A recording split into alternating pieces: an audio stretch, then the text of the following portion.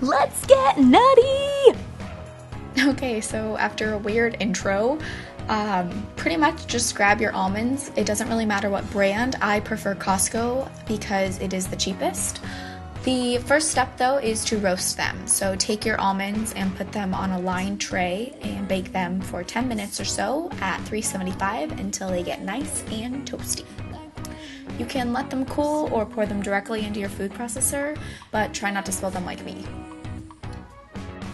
Close the container, and the first step is we're gonna make almond flour. You can stop after making almond flour, but if you want almond butter, you just keep it going. So what you're gonna do is press the on button and let it roll.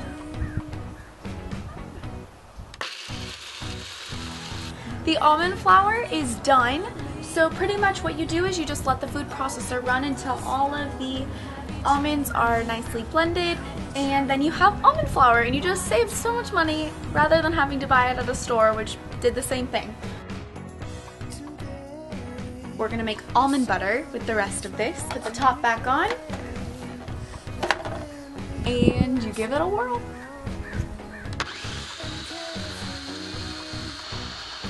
I personally prefer to make almond butter in a food processor rather than a Vitamix because the blades make it super hard to get every last bit, and that's like 2 whole tablespoons of deliciousness. And speaking of delicious, check out this ball of almond butter goodness.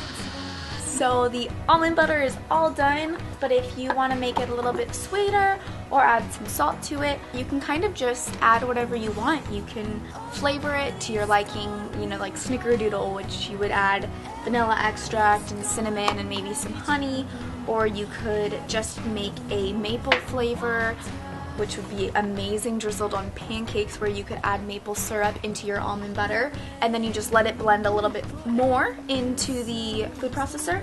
So it's all up to you, but I just like to take it from the food processor, put it into a jar, and stick it in my refrigerator.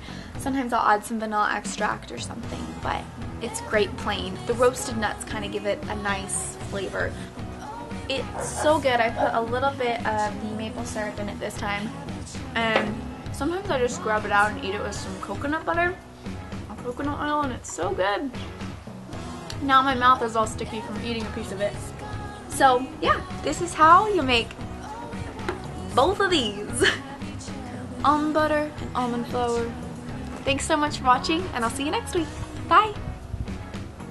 Also, before you go, don't forget to subscribe to my channel and follow me on Instagram and Twitter at KaylaSJoy. And just in case you're wondering, this is what I was wearing today.